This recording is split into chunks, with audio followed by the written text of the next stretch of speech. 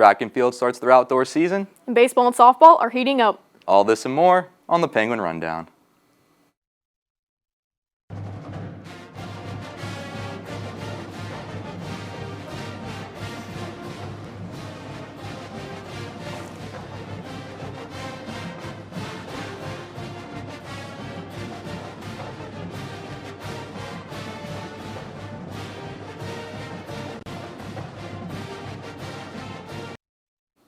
Welcome into the Penguin Rundown. I'm Kyle Wills alongside Katie Rogers-Vidala.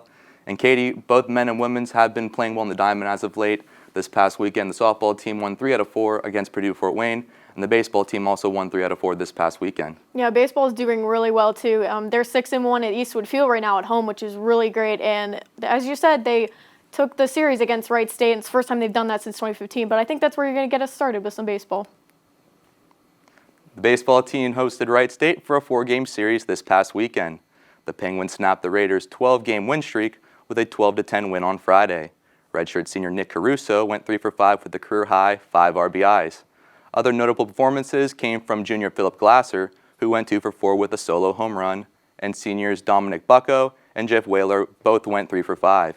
On Saturday, the Penguins took Game 2 of the series 4-0. Redshirt senior Colin Floyd threw a complete game shutout for the second time this season. Floyd scattered 5 hits and had 9 strikeouts. Floyd now sits at second place on YSU's all-time strikeout list with 260 in his career. YSU dropped the third game of the series 20-8 on Saturday afternoon. Bucko went 2 for 3 with a 2-run home run and 3 RBIs. Youngstown State closed out the series against Wright State on Sunday with a comeback win 11-10. The Gwins battled from a 6-run deficit to earn the series win over the Raiders. Junior Steven DeSanio posted a career-high 4 hits and drove in a season-high 4 runs. YSU improved to 11-12 overall and 6-6 in Horizon League play. Up next, the Gwins are back in action at Eastwood Field for a 4-game series against UIC. Games are set for today at 5, Friday at 1 and 4, and Saturday at noon.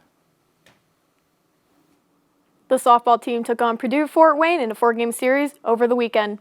In Game 1, the Gwins won 3-2, and sophomore Alex DeLeon had a 2-out single in the bottom of the 7th to lift the team to victory.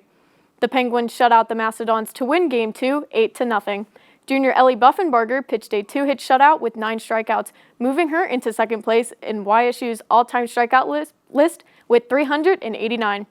The Gwins scored all of their runs in the second inning, led by junior Nikki Sabini, who went 2 for 2 with a double and a 2-run home run. On Saturday, the softball team won Game 3 of the series 8-3, and freshman Jillian Jaxie went 2 for 3 with 4 RBIs, and senior Maddie Lusk went 3 for 3 with 2 RBIs. Buffenbarger struck out 8 batters in 5 innings to pick up her 6th win of the season, and Lusk earned her 2nd save of the season.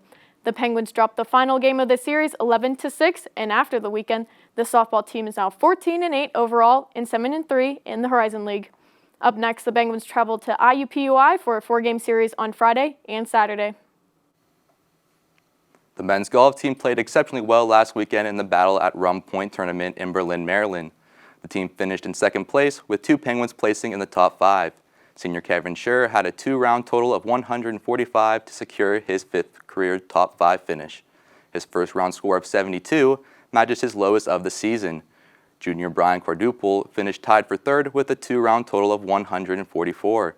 His first round 1 par score of 71 matches his career low for a round, and his 3rd place finish marks the best finish for Quadruple's career. The Penguins will be back on the road again this weekend, competing in the Fairleigh Dickinson University Invitational located in Fayetteville, Pennsylvania. The women's golf team had a very successful week as 3 Penguins finished in the top 10 at the Neville Mead Collegiate. Youngstown State's red team recorded scores of 298 and 291 in the first 2 rounds, finishing off with a 302.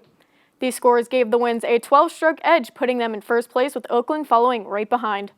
The team's collective 3-round score of 891 ranks the 2nd lowest 54-hole score in program history. Junior Prathita Conrudi tied for 2nd place, posting a 3-round score of 218, and her last round score of 71 included 10 bars, 10 pars, 3 birdies, and an eagle. Right behind Conrudi with a score of 219 was redshirt senior Caitlin Schutt. She recorded her season low in the 2nd round with a score of 72, which included 10 pars and 4 birdies. Sophomores Dana Regula and Christina Lewis recorded a 222 and 223 respectively for the Gwins red team.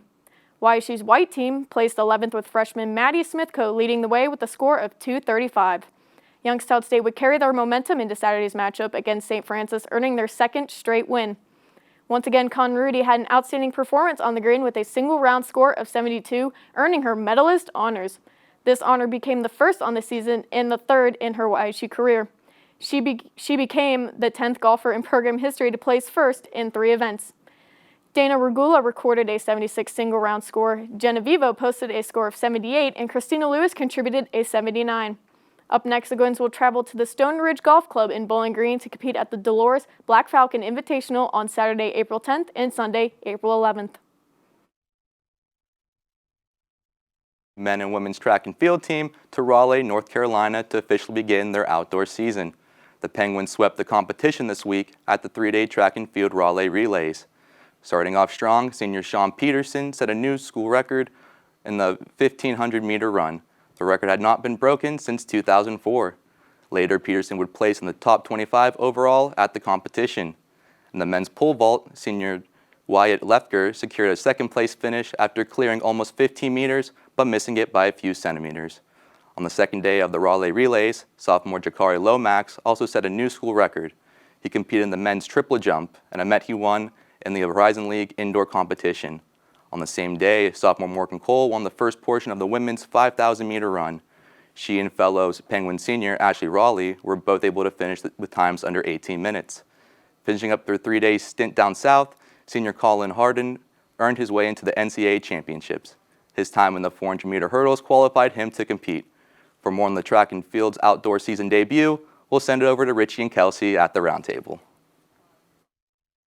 Hi everyone, welcome into the roundtable. Richie Giuliano alongside Kelsey Norris. Kelsey, today we're going to be talking some track and field after they just finished a good weekend at the North Carolina State Relays, and we got to talk about a couple of YSU records, and Sean Peterson and Jakari Lomax just talk about their performances and the records that they just put on this past weekend. Yeah, it's getting warmer outside, so the track and field team is taking outdoors. They have been indoors for a while now, but as you said, Sean Peterson, inside, outside, he is breaking records every meet, it seems. The most previous one he beat was a 1,500 meter. His time of 3 minutes and 46 seconds is what put him over the edge on that. This record hasn't been broken since the year 2004, which I thought was really interesting, by an All-American. His name was Kurt Michaelis. So this really shows that a lot of our athletes are standing up to the greats. Yeah, and another guy that's really performing above that line is Colin Harden, who just qualified for the NCAA tournament, which comes up in a few weeks for that 400-meter run. Just talk about his time and what he's brought to the table this year for Youngstown State. Yeah, like you said, in that 400-meter, his time was the second fastest in YSU history. First was the YSU legend, 6-time All-American Chad Zallo, who juniors and seniors, we all remember his stellar performances on our team. So I thought that was really impressive in this. And then we have to talk about the 4x100-meter relay with our women athletes. Yeah, the 4x100 relay, when you got a couple of girls that, they just set the third fastest time in YSU program history with a time of 45.88 seconds. And then Janai Bowers and Julia Elliott, who are a part of that 4x400 relay, also competed in the 100-meter dash and set times under 12 seconds to place 6th and 7th. So some big times there. Qualifying sections, it was a big weekend for Youngstown State competing at North Carolina State, but they also have some big tournaments coming up in the next few weeks. Yeah, like you said, next up, April 2nd, this weekend, there'll be a Northeast Ohio quad, so they're going to stay a little local for now, but April 9th, they're going to Miami, Florida to compete, so that'll be a really interesting trip for them, I'm sure. Yeah, that'll wrap it up here from the roundtable. Be sure to stay tuned to YSU Track and Field on YSUsports.com. Also, stay tuned on the Penguin Rundown. We'll have weekly updates, and we'll talk about their next one in the Northeastern Ohio Quad Invitational when we return next week. So for Kelsey Norris, I'm Richie Giuliano. We will send it back to our hosts, and Katie and Kyle. The men's tennis team swept IUPUI at home during Horizon League play last weekend. On Saturday, the Penguins won 5-2, and Eric Graun, João Goreto, and Laurentiu Montechescu all fought hard in singles play. On Sunday, they swept the IUPUI Jaguars 6-1. This puts the Penguins' record at 9-5 overall and 2-0 in Horizon League play. Goreto and David Alvarez Moreno broke a tiebreaker to take the doubles point. The men's tennis team will be back in action next Saturday and Sunday at the Indoor Tennis Center, where they will take on UIC.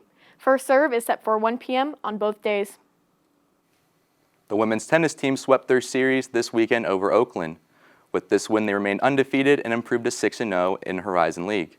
In singles, YSU won all 3 contested matches in straight sets with impressive wins by senior Tamara Tufel and sophomore Cecilia Rosas. In doubles, they took the point with a 6-2 victory with an impressive showing by sophomore Jessica Stanmore and senior Claudia Barboza. The Penguins will have a big Horizon League 2 match series next weekend when they visit UIC. The women's soccer team was back in action this past Wednesday and battled through a hard-fought 110 minutes and tied Horizon League leader IUPUI 0-0. With the tie, the Penguins moved to 0-6-1 overall and in Horizon League play.